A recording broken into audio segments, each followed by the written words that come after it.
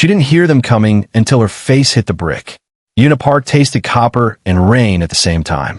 A hand fisted in her hair and yanked her head back. Should have smiled when I told you to. Jehun hissed, and his fist found her ribs before she could answer. She folded around the pain, knees hitting wet asphalt, and somewhere far above her own body, she heard herself making a sound she didn't recognize. Not quite a scream, not quite a sob. 3 hours earlier, she'd been wiping down booth 6 at Hanok Table, the tofu stew restaurant that smelled permanently of doenjang and broth, telling herself one more shift, just one more, and she could make rent. Now she was face down in Sewodong's narrowest alley, blood in her mouth, one ankle bent in a direction ankles don't bend, while 3 men who'd stiff her on a 40,001 tab laugh like this was sport. Then headlights. A long black sedan, silent as held breath, stopped at the mouth of the alley. A door opened. A man stepped out of the car and into her life, and nothing, not one single thing, would ever again be simple. "I'm Yuna," she would tell him days later, when he finally asked her name instead of just watching her like a problem to be solved. "And I'm not going to thank you for this." He almost smiled. "I didn't ask you to. This is not a rescue story. This is a story about what it costs to be saved by a man who has never once, in his entire life, done anything for free, and what it costs him to give something away anyway. If you've ever wondered what happens after the hero carries the girl out of the alley, stay. You're about to find out." Yuna Park was 22 and had been raising herself since she was 16, when her father's restaurant debts swallowed the apartment, the furniture, and finally him. He simply stopped coming home, and nobody in the family spoke his name after that. She'd learned to read a room before she could read a menu, who was about to stiff the bill, who was 3 drinks from Cruel, who needed a refill before they asked for it, so they wouldn't feel ignored enough to make a scene. Competence was the only armor she'd ever owned, and she wore it like other girls wore perfume. She told herself, often, that she didn't need anyone. She'd said it to her roommate Sarah that very morning, half joking, over instant coffee. "I don't need saving, I need a raise." Sarah had laughed and said, "Everyone needs saving, Yunia. You just haven't met the right disaster yet." She didn't believe in disasters with good timing, until one found her in an alley with a broken ankle, and a stranger kneeling in the rain in front of her, like the filth on the ground, was beneath his notice, but she wasn't. She woke up in a room with a celadon green ceiling and sheets so soft they felt like a lie, and 4 line ran into the back of her hand. Her ankle was set, wrapped, elevated on a silk pillow like it belonged to someone important. For a long moment, she thought she died, and this was some bureaucratic afterlife with excellent linens. "You're awake," said a voice, and she turned her head too fast, wincing. A man in his 50s stood near the window, silver threading his temples, his black hanbok-collared suit so understated it somehow read louder than anything flashy could. His eyes were kind in the specific, tired way of someone who'd seen too much and decided to stay gentle anyway. "Where am I?" she said. Not really a question. Her voice came out like gravel. "You are a guest of Mr. CEO," the man said, with a small, precise bow. "I am Hyunwoo. I manage this household." "Mr. CEO," she repeated. The name sat in her mouth like a stone. "The man from the alley." "CEO Jaeon," Hyunwoo confirmed, and something flickered behind his kind eyes. Caution, maybe, or warning. "He does not tolerate disorder in his district. What happened to you in that alley was disorder." He corrected it. Corrected it how? "The young man responsible will not bother you, or anyone else, again." Hyunwoo said it the way you'd report the weather, and that was the most frightening part. Yuna's stomach dropped. "I want to talk to him." "Mr. CEO. He does not typically receive requests like that." "I didn't ask for a meeting," she shot back, surprising herself with the steel in it. "I'm telling you, I'm not just going to lie here and say thank you for being kidnapped." Hyunwoo studied her for a long moment, and something that might have been the ghost of a smile touched his mouth. "You are the first person in this house to speak to me like that in 11 years, he said. "I will tell him you're awake." He didn't come that day, or the next. She learned the rhythm of the house instead.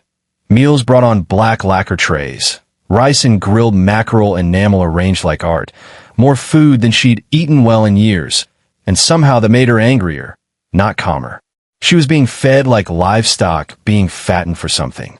On the third day, restless, furious at her own healing ankle for taking its sweet time, she used the crutches the doctor left behind and went looking for answers the house wasn't giving her.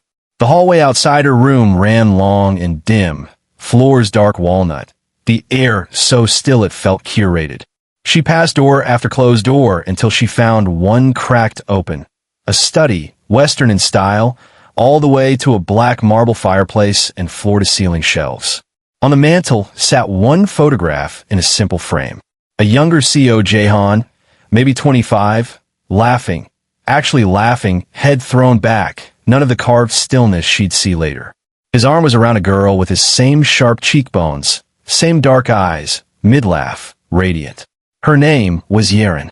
Yuna startled so hard she nearly went down on the crutches. Hyunwoo stood in the doorway, his face unguarded for once. His sister, he said quietly, his only family after their parents passed. She was 7 years younger. He used to say she was the only good thing that survived their childhood. What happened to her?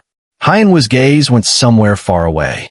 The Beck family, rivals of ours, believed they could use her as leverage, force concessions out of him. His jaw tightened. They miscalculated what kind of man they were dealing with. But he was a day too late to stop it from happening in the first place. He has never forgiven himself for that day. Not once, not for 1 hour in 9 years. He found me in that alley, Yuna said slowly, pieces sliding into place with a click she didn't want to hear. Because it reminded him of her. Perhaps, Hyunwoo said. Or perhaps he simply saw a wrong he had the power to undo, this once. With my employer, the reasons are rarely simple, and he rarely shares them even with me. The blast came that night. A concussion of sound from the front gate threw Yuna against the wall of her room, glass shivering in the window frame, the lights dying and then flickering back red. Emergency power, she'd realize later, though in the moment it just looked like the house was bleeding light. Hyunwoo burst through her door, all the gentleness gone from his face, replaced by something flat and trained. Stay in this room. Do you understand me? Do not move. What's happening? Stay. He was already gone. She didn't stay. Of course she didn't stay. Staying had never once kept her safe, not in this life. And some bone-deep animal part of her refused to sit in the dark and wait to find out what was coming through the door. She dragged herself to the doorway on the crutches and looked down the hall. Men in dark suits moved past with guns drawn, fast, coordinated, utterly silent, the choreography of people who had done this exact thing many times before. And there, at the center, issuing commands in a voice too low for her to make out the words, but unmistakable in its calm, was Seo Jae-han. Not panicked, not even rushed. A general standing in the middle of his own war like it was simply Tuesday. She had never been more afraid of anyone in her life, and she could not look away. An hour later the lights came back fully. Hyunwoo returned with a shallow cut above one eyebrow, the only visible mark on him. Car bomb, he said before she could ask. At the gate, a message from the Beck family. They're growing bold. Bold enough to do that again. Yes, Hyunwoo said, simply, and didn't pretend otherwise to comfort her. She almost respected him more for it. Her chance came 2 mornings later, during the changeover of the gate guards. A 4-minute gap in the rotation, she clocked without meaning to, the same instinct that used to tell her which customer was about to walk out on a check. The side gate sat unwatched. She could be out, down the hill, at a payphone, gone, back in her old gray, exhausting, blessedly anonymous life within the hour. She stood at her window with her hand actually on the latch, and she thought about the alley, about Jaehoon's fist, and nobody stopping him for 2 hours while he nursed cold coffee and humiliated her for sport, and how the world out there had never once corrected itself on her behalf. She thought about Yeren's photograph, laughing, unaware that laugh was borrowed time.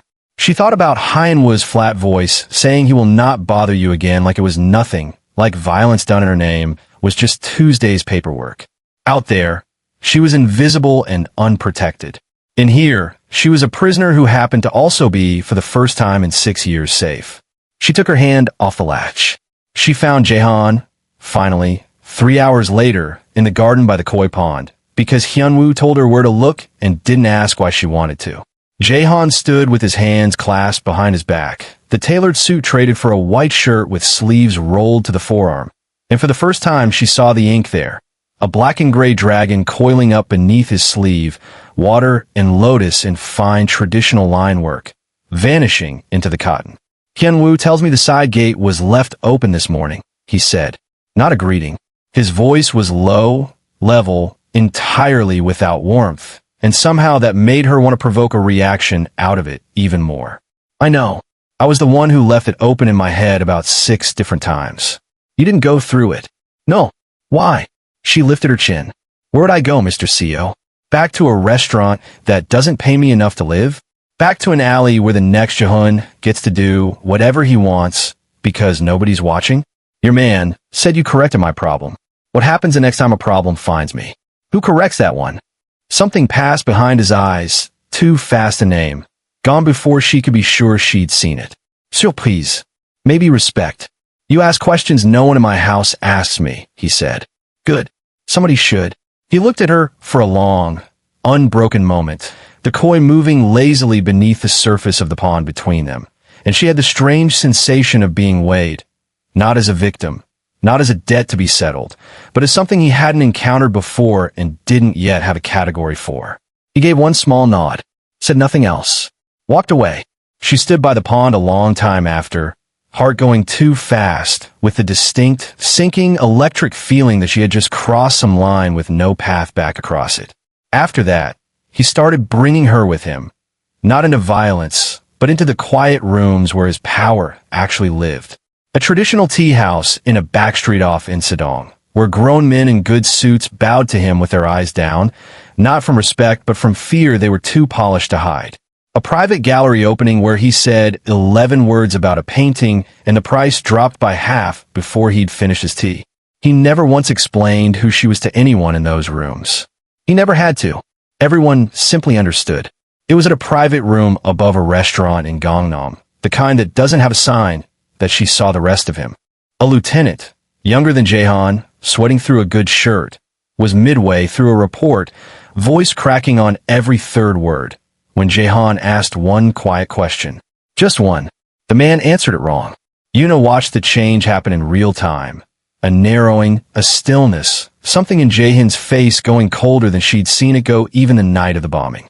He reached across the table without raising his voice and took the man's hand almost gently, the way you'd take someone's hand to read their palm, and then he bent the index finger backward until it snapped with a sound that turned her stomach to water. The man screamed and didn't pull away. Couldn't maybe. Tell me again, Jaehan said, soft as falling snow. The man told the truth the second time. Yuna sat frozen through all of it, blood roaring in her ears, and the worst part, the part she would turn over in her mind for days afterward, ashamed of it, was that some old, exhausted, long-buried piece of her understood the calculus completely. A lie in his world got people killed. He hadn't done that for cruelty. He'd done it because mercy in that room would have cost more lives than the finger. She should have run that night. She knew she should have run. She didn't. Her old life reached back for her anyway.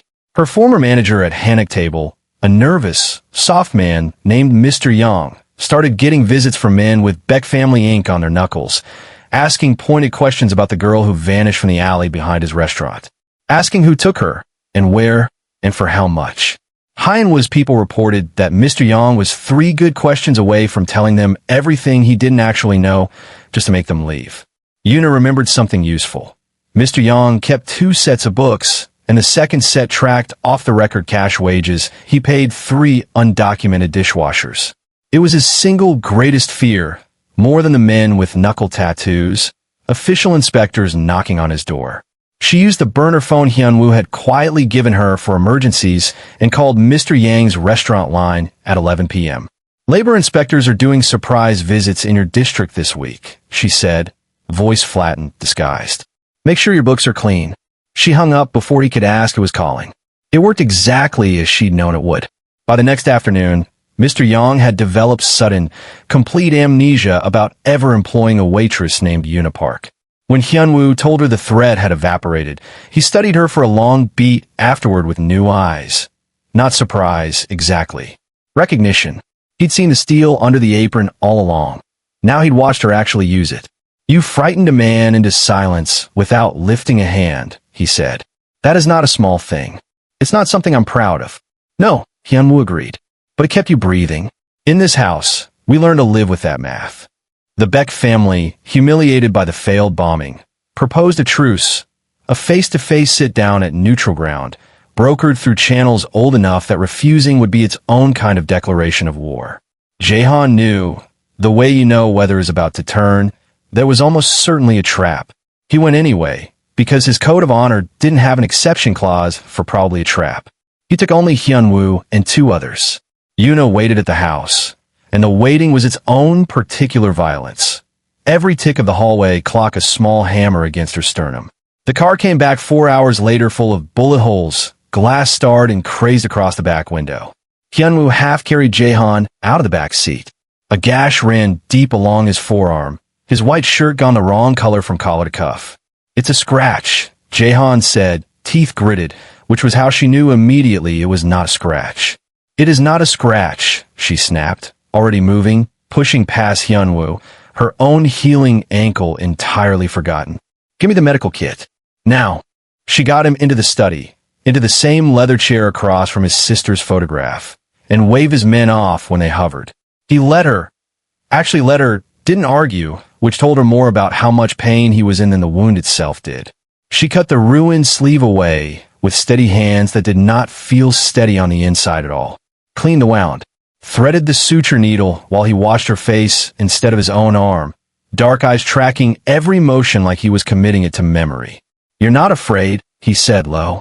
"I am," she said, not looking up. "My hands are just better at lying than the rest of me." She finished the last stitch, reached for the gauze, and his hand closed around her wrist. Firm, warm. His thumb landed, by accident or not, directly over her pulse, which was not helping her case about the lying hands. "No one has touched me without my permission in 9 years, he said, voice scraped raw in a way she'd never heard from him. "No one has looked at me without fear in longer than that." A pause, his gaze pinning her in place. "Except you. It wasn't I love you. It was something more dangerous than that. An admission from a man who admitted nothing, that she had found a door into him nobody else had found in nearly a decade. The Becks, stung by their own failed ambush, decided if they couldn't touch the dragon directly, they'd touch what the dragon had started, however quietly, to protect. They had seen her with him, seen how he watched her in rooms where he watched no one. They had correctly identified a weakness. 2 nights later, Yuna couldn't sleep and went out to the garden alone, moonlight turning the koi pond to hammered silver. The hair on the back of her neck rose half a second before she heard the branch creak above her, the same alarm that had screamed at her in the alley and gone unheeded. This time she listened. She spun. A man dropped from the cherry tree in full black, a short, ugly blade already in his hand. Not Jaehan's enemy this time. Hers. He lunged. She scrambled back, crutch. She still kept one for the bad days, clattering away across the stone path, and grabbed the only weapon within reach, a heavy ceramic planter, which she hurled at his head with everything she had. He dodged it easily. It cost him half a second anyway, and half a second was something. She screamed, raw and ugly, loud enough to tear something in her own throat, and then his hand was over her mouth and the blade was a line of cold against her throat. "Quiet," he hissed. Every light in the house came on at once. Doors slammed open. Jaehan appeared on the veranda with Hyunwoo and 3 others fanning out behind him, and they all went dead still the instant they saw the knife at her throat. "One step closer and she's finished," the assassin called out. Jaehan didn't move, didn't even breathe differently. But Yuna, close enough to feel his fury from across the garden like heat off a stove, watched him doing math at a speed that should not have been survivable for the man holding the knife. She didn't wait for the math to finish. She watched the assassin's own reflection ripple in the dark water of the pond, read his stance, his weight, the half-second of confidence in his grip that meant he thought she'd already lost. She drove her heel down hard onto his instep. He grunted, grip slipping for 1 fraction of a second, and she rammed her elbow back into his gut with everything 6 years of carrying heavy trays had built into her arms. The air went out of him. She tore free, falling, scrambling across wet grass, putting distance between them with her whole body screaming. That half-second was the only gap Jahan needed. He closed the distance between the veranda and the garden faster than her eyes could properly track, a blur in dark clothing, and there was a brief, brutal flurry of motion, the glint of a blade appearing in his hand from nowhere she could see, and then it was over. The assassin was on the ground and not getting up, and the garden went silent except for her own torn breathing. Jahan didn't look at the body, didn't look at his man. He crossed straight to her and went down on his knees in the wet grass in front of her, heedless of the blood on his own sleeve, hands coming up to frame her face, thumbs brushing her tears away before she'd fully registered she was crying. Yuna. Her name in his mouth sounded like something sworn rather than spoken. They will never get that close to you again. Do you hear me? You are under my protection. A breath. You are mine. Not a question. A verdict. The cost of that single sentence settled into her slowly. Over the following days, the way cold settles into a house with the heat turned off. Her old life. Hennock table, the smell of doenjang and burnt rice, Sarah's instant coffee and easy laughter, was gone, fully and finally, a door that had not just closed but been bricked over. There was no quiet version of her left to go back to. His cost was different, but no smaller. He had shown an entire underworld by the act of protecting her so visibly, exactly where his one unguarded place was. Every enemy he had now knew her name carried weight to him. He had handed them a target and done it with his eyes open. She found him afterward on the study balcony, looking out over Seoul's skyline, the city's glittering, indifferent sprawl spread beneath them like something that didn't know or care what had almost happened that night. He didn't speak. He shrugged off his suit jacket and settled it over her shoulders without a word. Warm from his body, smelling like cedarwood and rain and something underneath that she could only ever describe as danger. Worn well. She didn't step away from him. She leaned back, instead, until her shoulders met his chest and let the city lights blur into something like stars, and understood, fully for the first time, exactly what she'd chosen the morning she took her hand off that gate latch. This wasn't a fairy tale. Nobody had rescued her into a happy ending. But for the first time in 6 years, standing in the warmth of a man the whole city feared, Yuna Park was not afraid of what came next. She just wanted to see it. If this story had you holding your breath, subscribe so you don't miss what happens between Yuna and Jahan next. Drop a comment telling me who you're rooting for, and smash that like button if a beautiful monster has ever made you forget to run. See you in the next one.